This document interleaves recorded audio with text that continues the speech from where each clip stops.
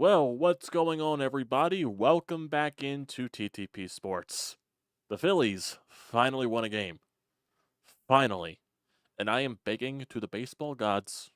I am begging. I am sitting here praying right here. My hands are, pressed together here, sending messages to the baseball gods for the love of God, for the love of everything that is holy.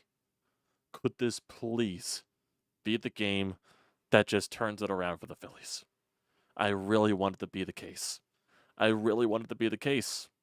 I really want it to be the case. But I don't know if that's going to be what it is just yet. You need to do a lot to get me fully back in. But this, you need to win. You need to win. And I'm not going to sit here and constantly shit on the game and everything like that. I'm going to discuss a win. It was an important win. They needed the win to end the losing streak because, holy hell, it was going on for too long. Seriously, if you got swept by the Miami Marlins in 2 games, I don't know what I would have done. Yesterday was bad enough of that game. And honest to God, the start of the game just felt like more of the same. It just felt like more of the same. Like, shit, here we go again. Tyler Phillips allows a 3-run bomb in the top of the first, and you're already, once again, fighting from behind. 3-0, allows a couple of base runners, then the 3-run shot happens. Then it was going to be one of those, and then it started to feel like one of those situations where you were just chipping back into the game. You chip here, you chip there, you get a run, you get another run eventually in another inning. But then the Marlins tack on a couple of more because for some reason Tyler Phillips is still in the game. So it becomes 5-2 at one point. And then it happened. You get a couple of base runners on, 2 outs, might I add. And then Kyle Schwarber, I pray this is the swing that saved the Philadelphia Phillies season. I wish it was the 3 swings that he had against the Los Angeles Dodgers that saved the season. But I'll also take this one if that's the case. Grand slam the other way, puts the Phillies up 6-5. For some reason, Tyler Phillips still in the game after that. But then eventually the bullpen comes in, and the bullpen does its job. Bullpen shut it down from there, and we were all just thinking to ourselves that, oh, God, 1 run isn't going to be enough, right? It's not going to be enough for this Phillies team. Then they tacked on more. Alec Bohm with 2 outs. JT with 2 outs drives in a couple of runs. You extend your lead. You extend your cushion. Give a 4-run lead. 9-5. Thank the Lord. Allows your bullpen to have some breathing room. Alvarado had to do his little bit of, Alvarado things. And there was a good tweet by Bob Wankel that I am going to bring up because it does discuss a little bit of a Jose Alvarado in the future for this season specifically. In terms of playoffs and everything like that, still, the Phillies got to make the playoffs. It's the first thing. But he did bring an interesting argument just talking about the downward spiral of Jose Alvarado's strikeout percentage. And it's not pretty. It's not pretty whatsoever. And he brought up some good points. So I'm going to get into that in a little bit. But you needed this win badly. You needed this win badly. And before the game, we see the lineup brought out. We see Trey Turner's on the lineup. And, of course, Rob Thompson's not going to say it's benching. He's going to say Trey Turner is playing tomorrow. Oh, we're just getting Trey off his feet for a day. Blah, blah, blah, blah, blah, and all that stuff. So he's not going to send the message, yeah, this is a benching and all this stuff. No, Rob's not going to do that. And then we also get the word that the Phillies, clubhouse doors were closed, I believe, an hour before game time. No media members were allowed in. And, of course, it does seem like the Phillies had a closed-door meeting. And Rob Thompson, once again, didn't just really disclose anything to where what happened in the clubhouse stays in the clubhouse. So, whatever it is, a team meeting did happen. And it didn't get off to a good start. Right following the meeting, it didn't get off to a good start. 3-0. 3-0. Well, we have a team meeting. Boom, we're down 3-0. Are you serious? You can't make that shit up. It's honestly hilarious what transpires in this godforsaken team so far. It's just unreal. But also, it's a good comeback. It definitely is. It's a good comeback. I'm not gonna deny it. I'm not gonna die. I'm not gonna be that type of jerk off and say, "Oh, this doesn't mean a thing." I hope it means something. Because, once again, I'm not fully bought back in. Of course, I jokingly say on Twitter, and you can also follow my Twitter down there. It's on your screen below. Same thing with the Instagram handle. Throw a little bit of a, wink, wink, nudge that go follow there. But, of course, I'd say, the Kyle Schwarber just buy me back in. Jokingly, obviously. So, it's going to take a lot to fully buy me back in. Obviously, the Phillies can easily go back to losing, like they did with the Los Angeles Dodgers series, the Diamondback series following winning a series against LA. And, when you finally think, oh, you got to salvage the Mariners series. Oh, you salvaged some parts of the Cleveland series. You know what I mean? Oh, man. Oh, man. A lot's going to have to happen here. Like, I need you to sweep the Washington Nationals. And I know that's not going to happen. It's a 4-game series. 4-game series are hard to sweep. And that's the point I bring. 4-game series are hard to sweep regardless of who you face. But I need a sweep of the Washington Nationals. And I know it's not going to happen, but that's my expectation. That's what I demand. I know it's not going to happen, but that's what I demand. To at least get something clicking into gear, you need to sweep the Washington Nationals. I need to see the offense explode for 4 games. I need to see confidence in this group for 4 straight games, for a full series. Try to put together a winning stretch. That's what I need from this ball club right now. Find a way. Because you got fans going into Citizens Bank Park and booing your asses because you fucking deserve it. So, wake up a little bit here. Figure it out. Build off something here for once in your goddamn lives. Build off for something here. Your biggest leader in that clubhouse did it all with one swing, gave you the lead, and basically won you the game. Follow his lead by example. Follow his lead by example, Kyle Schwarber. Like, come on. Dude does it all by himself. And people were talking about today, like, what ways to change the lineup and all that stuff. Oh, do you finally take Schwarber out of the leadoff spot?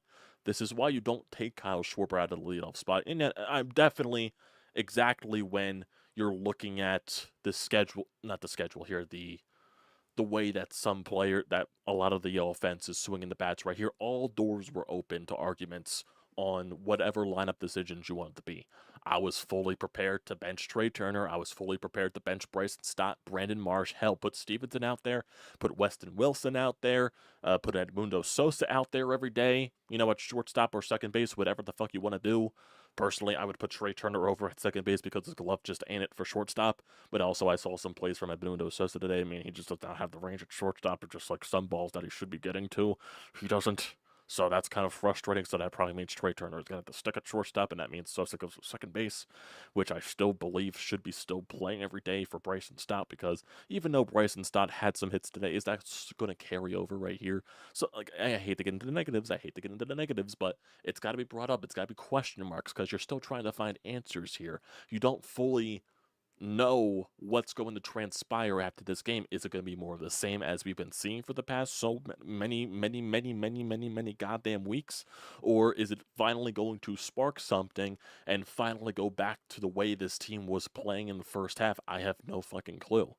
And that's why you got to take it day by day, even though the day by day right now is goddamn misery, and it's goddamn killing me, and I can't sleep at night because of the way this team plays. Seriously, it's hard to focus on anything else in life than just, like, what the fuck happened to my baseball team?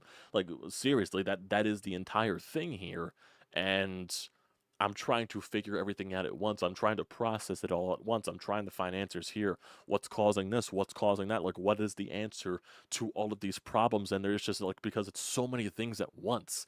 And I think Bob Wankel even put a tweet out there as well, talking about the way that everything was just going right now. And I believe he compared it to, like, an NFL team that doesn't play complementary football or something like that. And that this team is not playing complementary baseball or anything like that. When the pitching does well, the offense doesn't swing. Or when the offense does something, the pitching fails after that. So it's like nothing is meeting in the middle right here. They're not all going at once.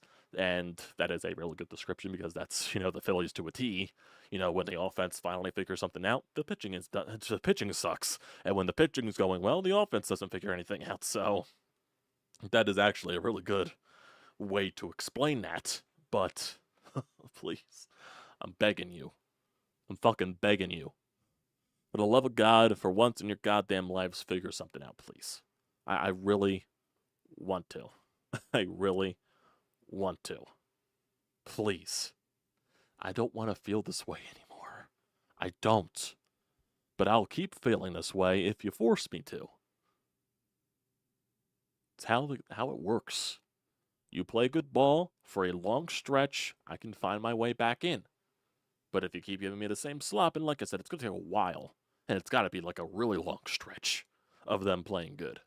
I'm talking about if you go in this upcoming stretch of, what is it, the Washington Nationals, then I believe you go on the road and you play, I think you mix with Kansas City, the Braves, and the Houston Astros in that mix, if I'm not mistaken. I know you play a 4-game series in Miami at some point.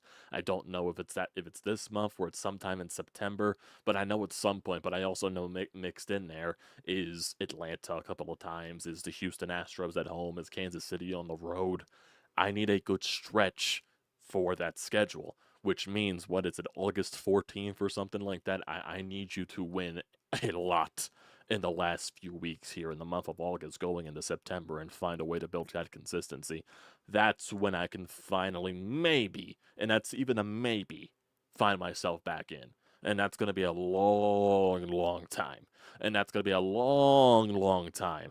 And yeah, if you win series over the course of that, yeah, I'll give you your credit and everything like that. But still, it's got to be a lot. And it's got to be convincing fashions. It just has to be.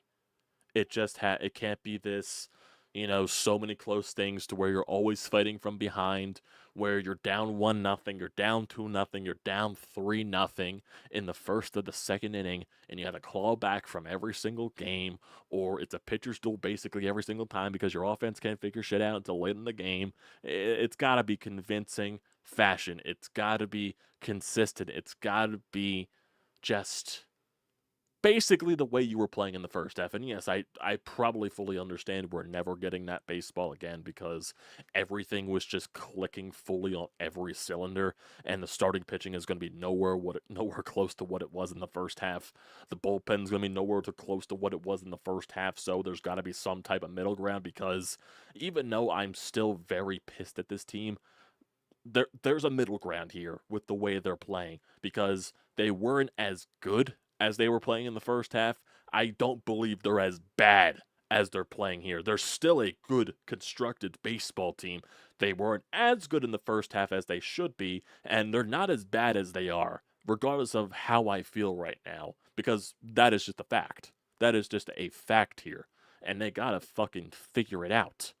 Because, yeah, when you talk through frustration, you say things that, sound irrational, like I did yesterday. Obviously, saying that you're never going to win with this core, blah, blah, blah, blah, blah, blah, blah. That was completely irrational from me because I was in my feels, and that was just basically describing, what frustration brings out of you. And I think it was warranted because there was nothing to be positive about. There was nothing to be happy about because we haven't been having any reason to be positive basically for a while here. And I'm not trying to fully swing this into positivity because they still got to prove it fully here. And we don't know what's going to transpire in this 4-game set against the Washington Nationals. And, I would say because you have your better pitchers on the mound for this series that you should find a way to win at least 3 or 4. I said that against the fucking Arizona Diamondbacks after you beat a game with Allard on the mound. Oh, wait, is Allard going to be on the mound tomorrow? Wait, no. He might not be because, he's not on the roster anymore. No, Zach Wheat will be on the mound tomorrow because it's after his normal rest because they had an off day. Too many things are happening with this goddamn team that I really can't keep track of. And thank God. At least Zach Wheat will be on the bump. But I do say that, and Zach Wheat will get fucking trashed tomorrow because that'll be my luck. Because I'll be at tomorrow's game. So maybe I can provide a spark there. I don't want to bring any of that shit into existence of Zach Wheeler getting fucking smoked, but I just thought of it. Why do I open my goddamn mouth? Why do I speak? Why do I speak? That's the downside of doing this. Because you say shit and then just spurts out of your mouth. You just say the first thing that pops in your goddamn mind. And the first thing that popped into my mind, Zach Wheeler is pitching tomorrow. Oh God, what if he sucks?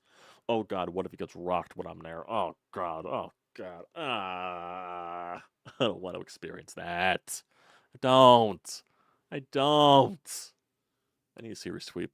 I know it's not going to happen. I know it's not going to happen, but I'm fully fucking expect. I need it to fucking happen. That's what I'm demanding, but I know it's not going to happen. Jesus. And now you know what goes through my head every single day thinking about this goddamn team.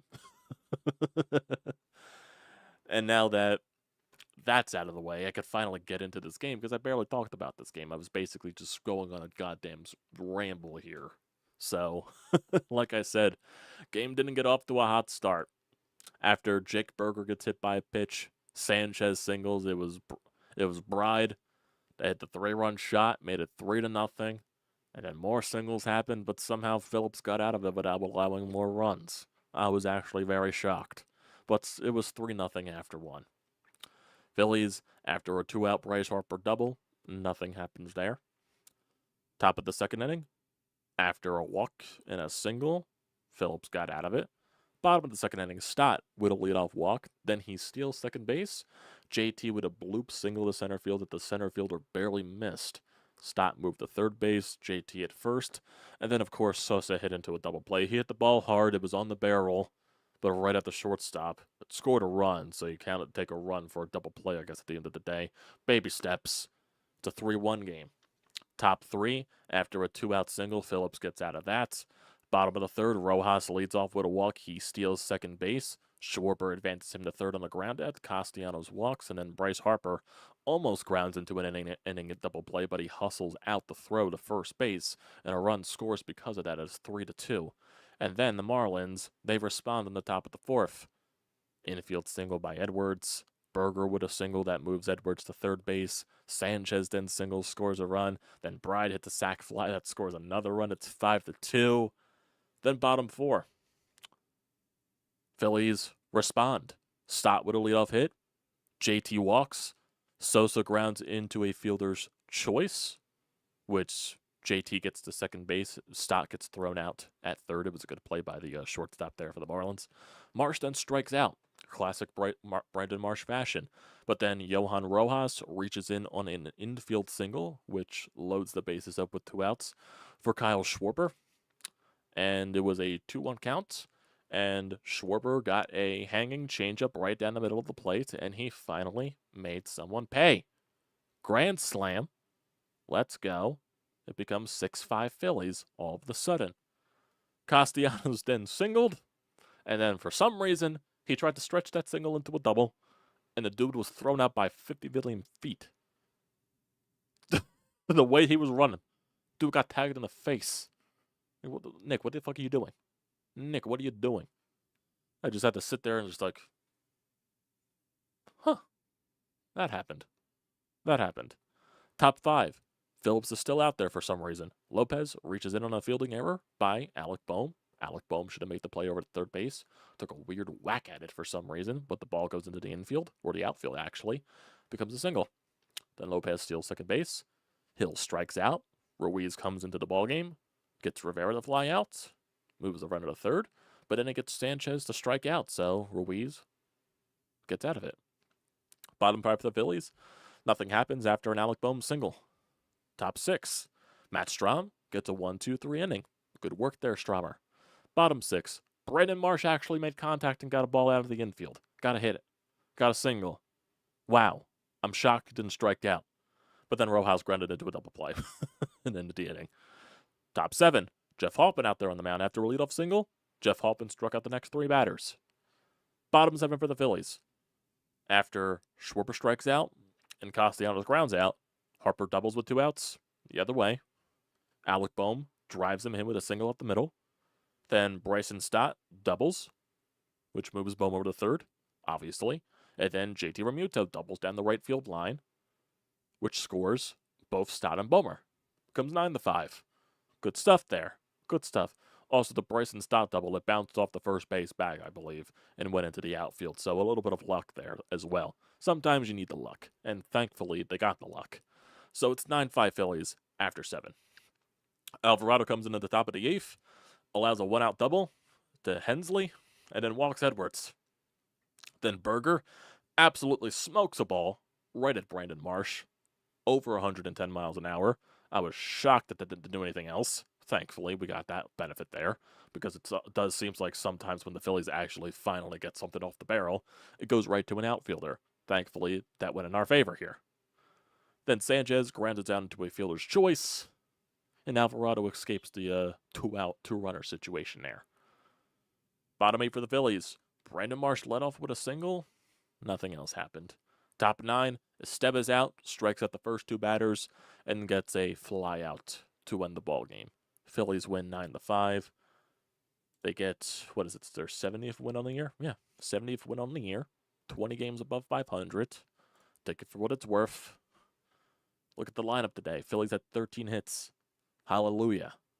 Hallelujah. I believe they only had 2 hits going into the 4th inning, if I'm not mistaken. So they really turned it around at the end of the game. Kyle Schwarber, 1 for 5 with the grand slam. 1 hit was huge. 3 strikeouts, though. Nick Castellanos in the 2-hole went 1 for 4 with a walk. Bryce Harper went 2 for 4 with an RBI. Alec Bohm went 2 for 4 with an RBI. Bryson Stott went 2 for 3 with a walk and 2 runs scored. Can that be something to change? I have no idea. JT Realmuto also went 2 for 3 with 2 RBI and a walk. Edmundo Sosa for Trey Turner goes over 4. Brandon Marsh goes 2 for 4. See what happens when Bryson Stott and Brandon Marsh hit. See what happens. And then Johan Rojas goes 1 for 3 with 2 RBI, with 2 runs scored in the walk.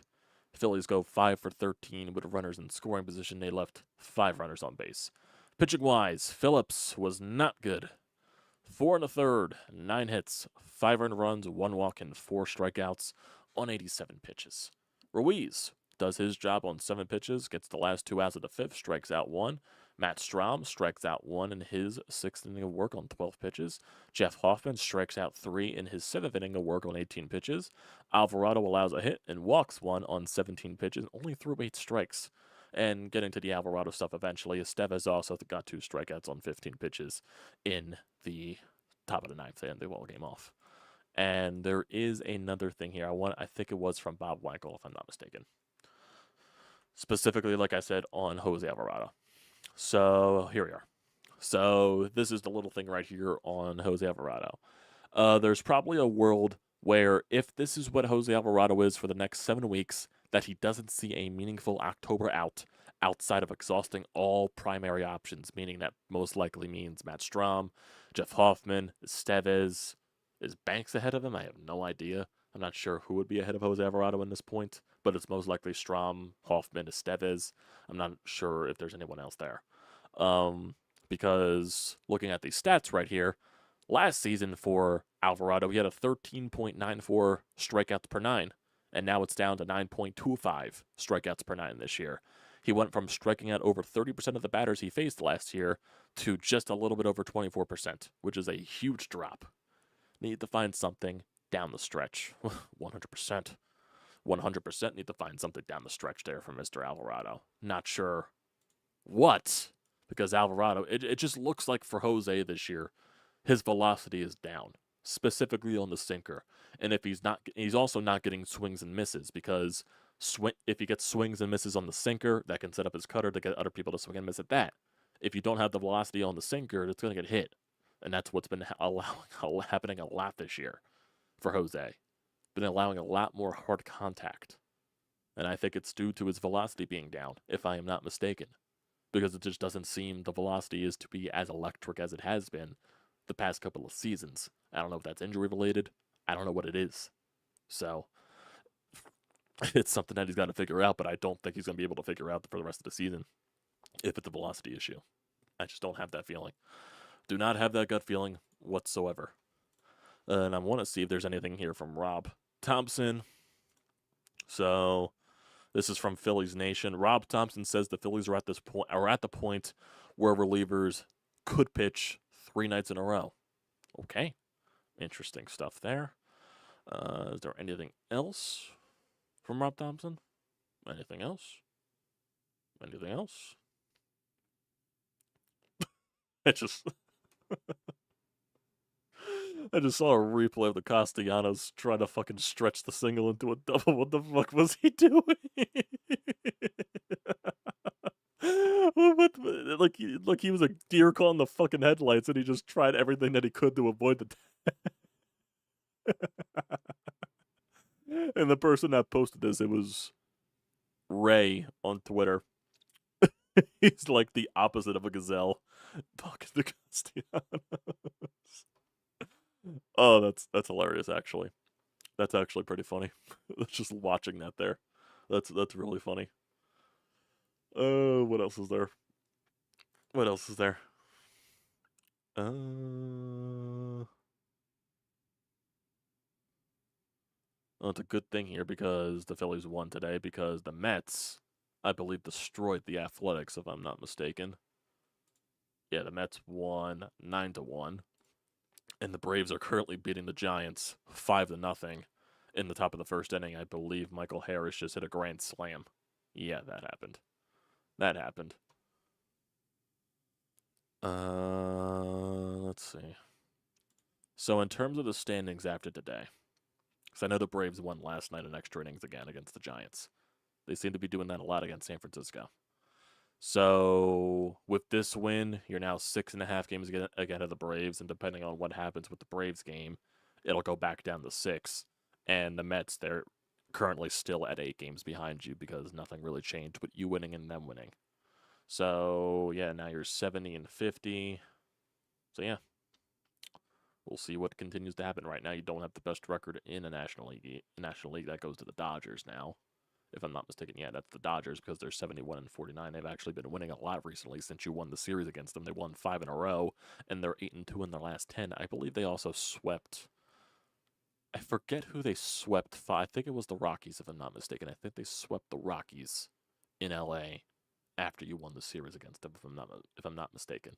So, take it for what it's worth. So, we'll see. We'll see. I'm trying to see if there's anything else here on the Twitterverse. I don't think there's anything else of importance here. No, just basically some small stuff. I'm sure you'll get some player interviews at the end of the day. But, it's really just, nothing's really going to change much from what we think right now. It's just right now. Finally get to talk about a win. And hopefully they just build off of it. Hopefully they can. So, if we look at the schedule for the next few days, 4 games here against the Nationals, obviously, and tomorrow is going to be Zach Wheeler going up against Mitchell Parker. He is a left-handed pitcher, 6-6 with a 3.83 ERA, so that most likely means Brandon Marsh nor Bryson Stott would be in the lineup tomorrow if I'm just guessing. And for his last couple of starts, Parker, that is, he's actually gone scoreless in his last 2 appearances. 6 scoreless against the Brewers and 6 1/3 scoreless. He did allow 2 unearned runs against the Angels. And then before that went 5 innings against the Diamondbacks, 3 innings against. So I believe he's either a bullpen guy, converted starter, or he either, for some reason, looks... Okay, that's weird here. No, because he only went 2 innings there, 2 outs there because he allowed 5 earned runs there in the first. Okay. But so it looks like he's been a starter all year for the Nationals, if I'm not mistaken. I just don't remember seeing this guy at all. But, yeah. So Zach Wheeler against Parker. Then Aaron Nola is going to be on Friday against Patrick Corbin. He's 2-12 with a 5.98 ERA. If Patrick Corbin doesn't solve your offensive woes, I have no idea what to tell you about. The Phillies are seeing 3 lefties in a row this weekend in this series. Parker, Corbin, and then Christopher Sanchez on Saturday against Mackenzie Gore. Mackenzie Gore is 7-10 with a 4.50 ERA. We've seen Mackenzie Gore. We're familiar with him. And then Sunday is Taijuan Walker against Jake Irvin. Yeah. And then the Phillies are off on Monday. So yeah, here comes the schedule that is after this National Series. So after the National Series, the 4 games there, you're off on Monday, and you have 3 games against the Atlanta Braves. Tyler Phillips is expected to pitch one of those games. Oh God. But then you also have Wheeler and Nola. And then you have 3 games against the Kansas City Royals on the road. And then 3 games at home against Houston. And then 4 games at home following Houston against the Braves. Seeing the Braves a lot, and I believe this is the last time you'll be seeing the Braves in these 2 series. Yeah. after those 2 series with the Braves, that'll be the final time you'll be seeing him all year. So we'll see. And then after the Braves, it's 2 games against Toronto and then 4 games in Miami. That's the last time you see Miami this year. Then you have 3 games at home against Tampa, 3 games at home against the Mets, then 3 games on the road against the Brewers, 4 games on the road against the Mets, 3 games at home against the Cubs, and then 3 games on the road against Washington to close out the year. We'll see. We'll see. We'll see. Currently for the Braves series, I'm sure the pitching matchups really haven't been decided yet, but right here it says Phillips, Wheeler, and Nola, and then the Tuesday game is to be determined for the Braves. Max Fried pitches against Zach Wheeler, then Schwellenbach pitches against Aaron Nola. We'll see. Don't want to look that far. Fucking the Nationals are the most important thing right here. Gotta fucking find something here, boys. Gotta fucking find something. Holy hell. Holy hell.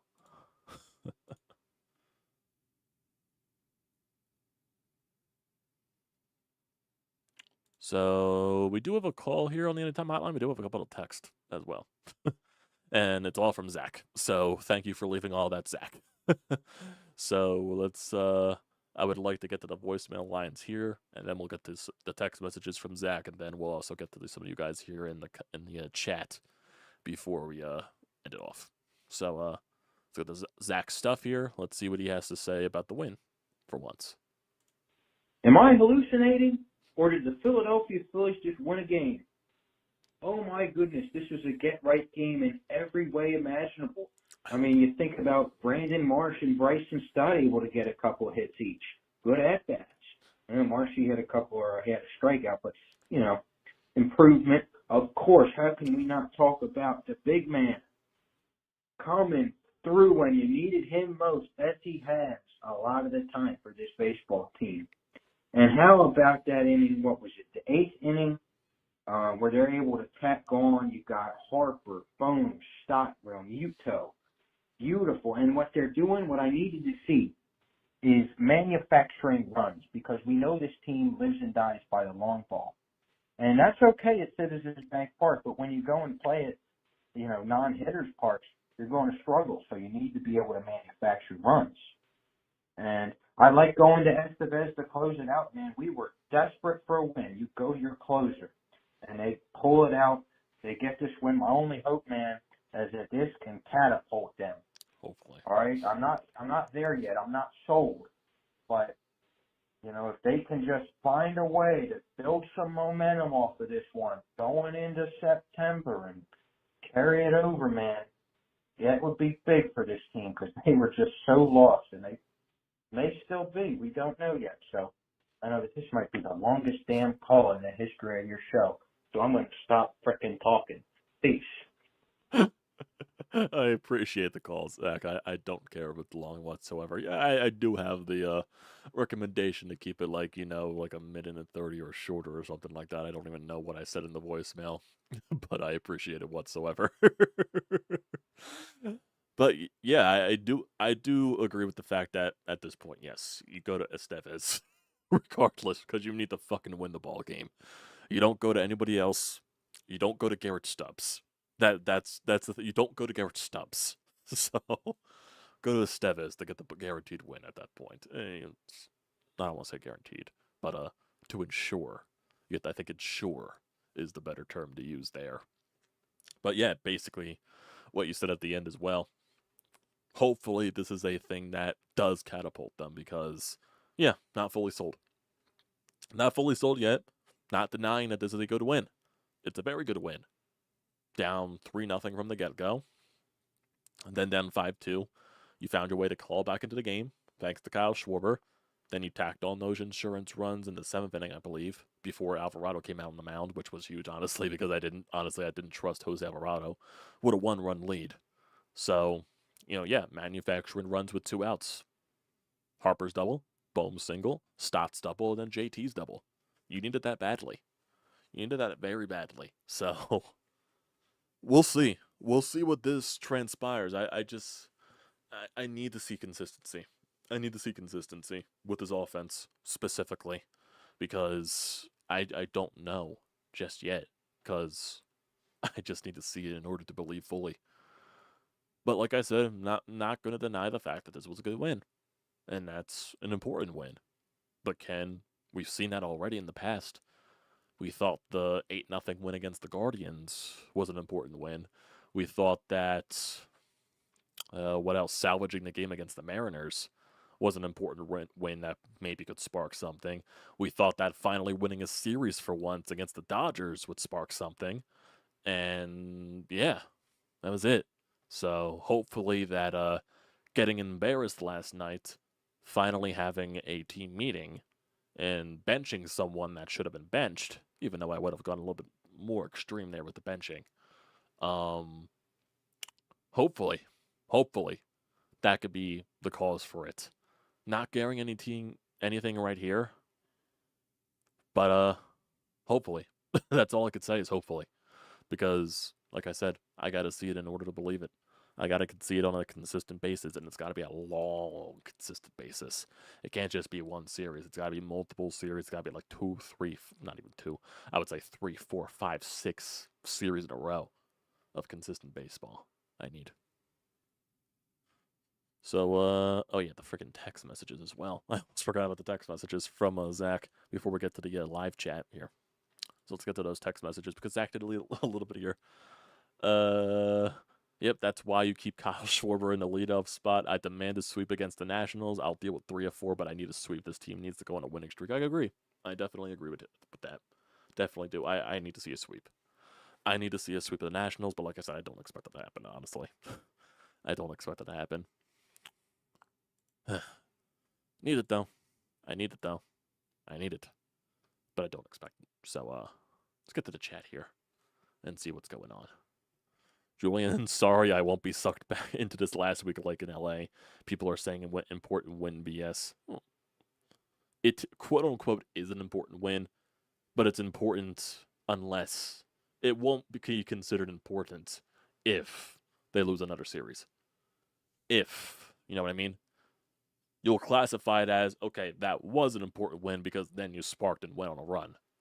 It won't be as important, and the win will be meaningless if you completely fall flat on your face against the Nationals, which could happen.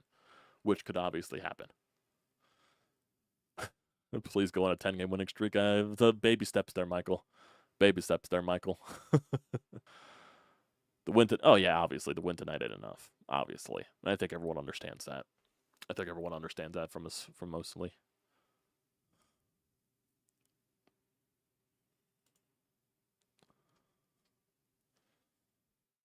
I mean, can we really blame Topper for how good the starting pitching was in the first half? I mean, your starting pitching was dynamic. You can't just, stop using them if they're going good. Yeah, well, that's on the pitchers for not performing then. Then, yeah, maybe you should have realized something there. But I would say the only pitcher that I would say is mainly Ranger. Because, yeah, Ranger pitched a couple of complete games. What did he have? 2 complete games at the start of the year or something like that? Or was it 1? But, yeah, they definitely should have considered something different with Ranger instead of letting him go deep into so many ball games. But if your starting pitching is going that well, you gotta ride it. You know what I mean? You do gotta ride it. Can't blame Thompson for that. I've been given my fair share of criticism to Rob Thompson. I don't blame him for that. I think that was just the natural wear and tear of your starters, and eventually it was going to come to an even ground. You know what I mean? Because realistically, Ranger Suarez is not a sub-2 ERA guy. He's more of a low 3, mid-3 ERA type of guy. Zach Wheeler, we all know what Zach Wheeler is capable of, but Aaron Nola was much better in the first half, and in the second half so far, he's had a couple of stinkers, maybe mixed in a few good games in there. More stinkers than not. So that's the Aaron Nola experience. And yeah, Christopher Sanchez definitely wasn't what he was in the first half. He still can give you a good start here and there. But yeah, I think there was a middle ground here for the starters to where they weren't that good in the first. It's basically like what the team is. The starters weren't that good in the first half like they were performing, and I don't think they're this bad, if you understand what I mean. 42 games to go in the season. We got to get hot now and push farther away from the Braves. Oh, yeah. Even though the Braves are winning against the Giants right now, I still don't think, because the Braves they're still injured to a lot of an extent with their pitching and, a lot of their great, topper tier players, if that's topper is even a word. It's still a lot for them to claw back to, and yeah, these next few series against Atlanta will definitely describe everything here because the Phillies could easily lose a series to Atlanta, and that lead goes from 6.5 to 3.5, and then the 4-game, and they definitely could change in a dime. It definitely can. So I'm gonna shut up here. I'm gonna shut up here.